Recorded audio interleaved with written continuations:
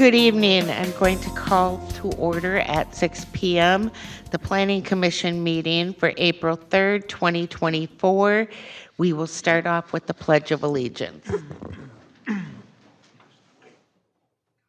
pledge allegiance to the flag of the United States of America and to the republic for which it stands, one nation, under God, indivisible, with liberty and justice for all.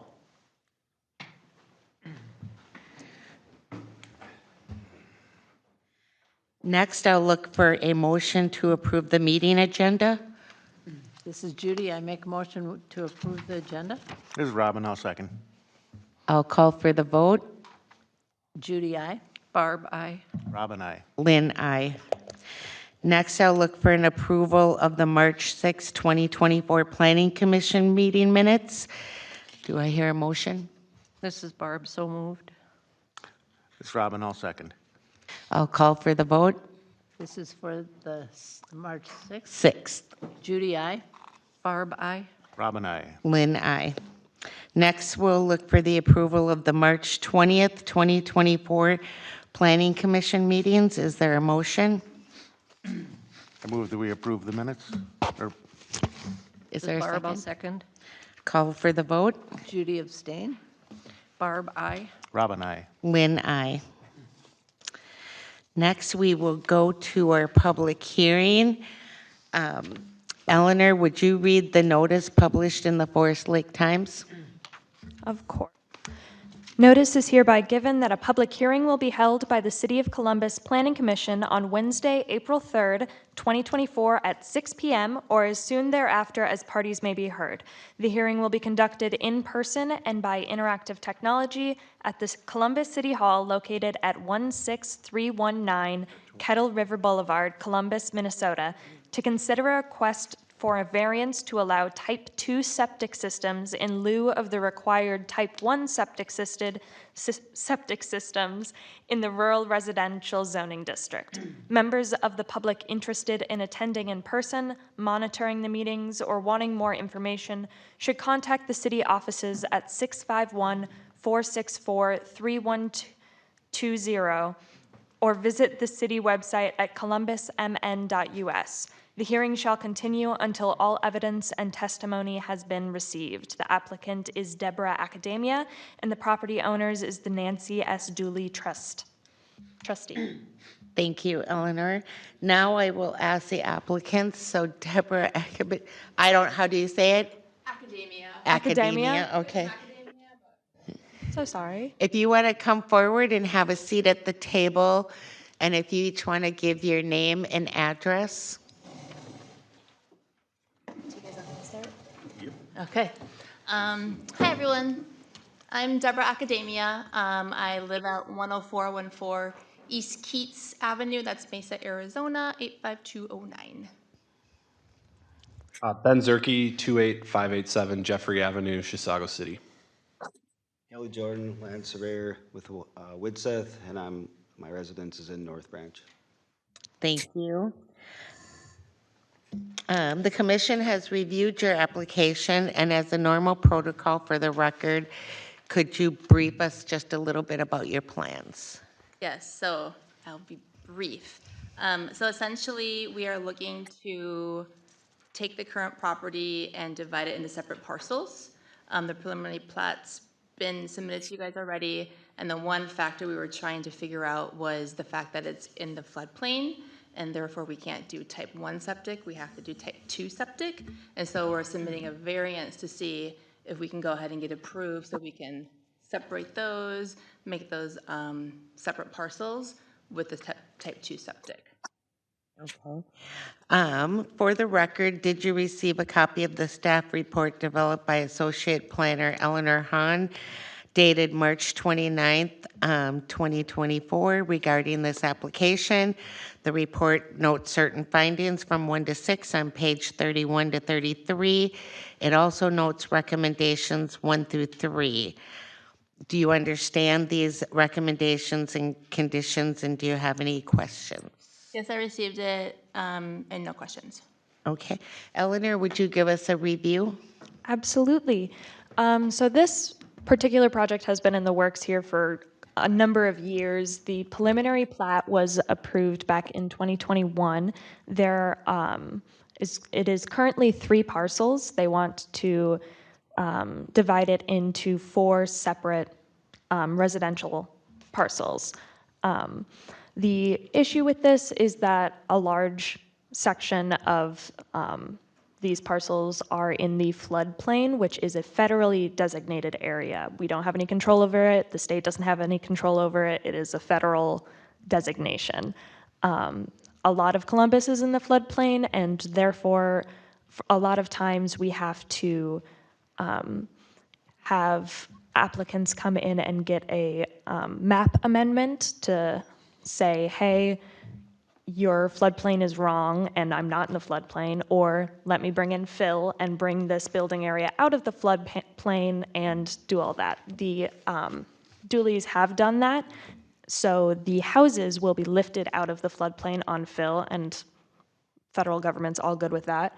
The issue is that you cannot build septic systems on fill, so the septic system and that area will still be in the floodplain, and we'll have to use type 2 systems. Now, I'm not a septic expert, so we have to rely on our septic experts to say that that is okay to use the type 2, and a lot of my report is regurgitated information that I have gotten from our septic officials. Thank you. So now we're going to open it up for questions, and I already forewarned them, since we have a septic expert here. What is the difference between type 1 and type 2? I think I should start actually by talking about type 1, 2, and 3, because that's kind of those are the 3 categories of system that are kind of maybe in play. So a type 1 system, which is the system that Columbus Ordinance states is the preferred system,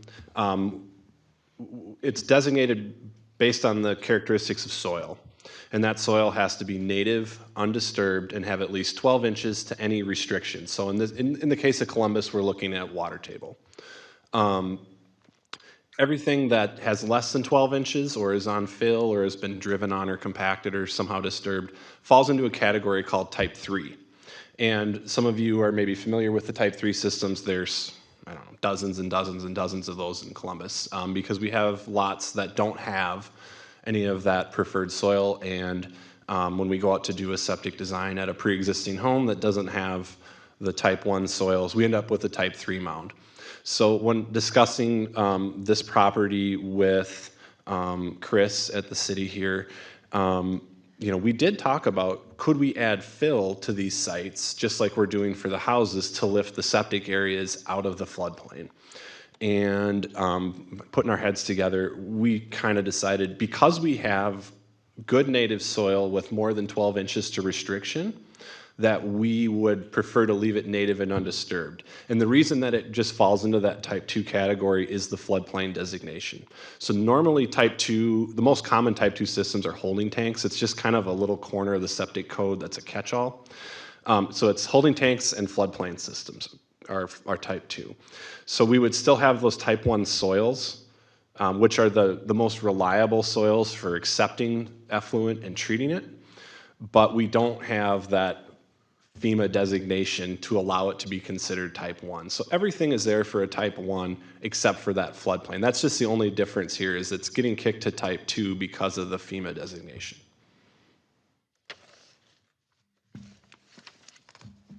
Anybody else have a question?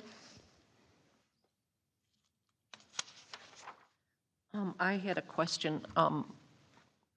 From what I understand from different septic guys that I've talked to, because everybody has their septic serviced out here, supposedly all septic systems eventually fail. And what will you do then if you don't have a second site on these? Yeah, all of these lots have room for primary and secondary. That's a requirement. I could even look at like some of the square footage here. They're well over what we would need for 2 sites. So consider like a 4-bedroom mound out here would have a 20-foot by 50-foot absorption area. That's 1,000 square feet. So at a bare minimum, you'd only need 2,000 square feet of area set aside for a primary and a backup. We like to see more, usually just in case there's issues, you know, if a mistake is made or, you know, I don't know, you get an overzealous, you know, siding guy drives through the septic area and damages a part of it or something during construction, you know, whatever can happen. So we do like to have a little extra, but, you know, we're looking at square foot. I think one of the lots is 17,000 square feet of area we've identified. So way more than you would ever need for 2 sites. And just to anticipate the follow-up here, when you use up both of those, you can pull them out and, you know, rehabilitate that area and put in a type 3 at that point, which is what happens in areas like with a lot of lakeshore, where you just run out of physical space. We're starting to see that a lot up in my area, in the Chisago Lakes area, where we're having to do that. And for the most part, we haven't seen any hydraulic issues with those systems, so. And Eleanor, will that be designated, that area on the final plat? Yes, so that was a part of this process. Originally on the approved preliminary plat, it was a general area of this is where the septic's gonna go. For this variance, we made them point out 2 separate areas. One where the septic will be going, and then the designated alternate septic area that will be left undisturbed during construction. Okay, that's all I had. I'm good. Okay, thank you for coming. Is there anybody in the audience or online that would have a question regarding this variance? No? Okay, thank you. I am going to close the public hearing with the right to reopen it in 2 weeks when we will have our discussion. So that will be on April 17th, 6 o'clock, right here. And that's when we as commissioners will do a discussion. Good idea to be here in case we have any more questions. So public hearing is closed. Thank you.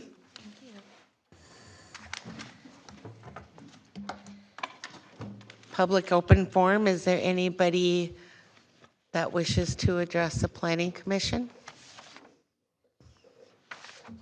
Hearing none.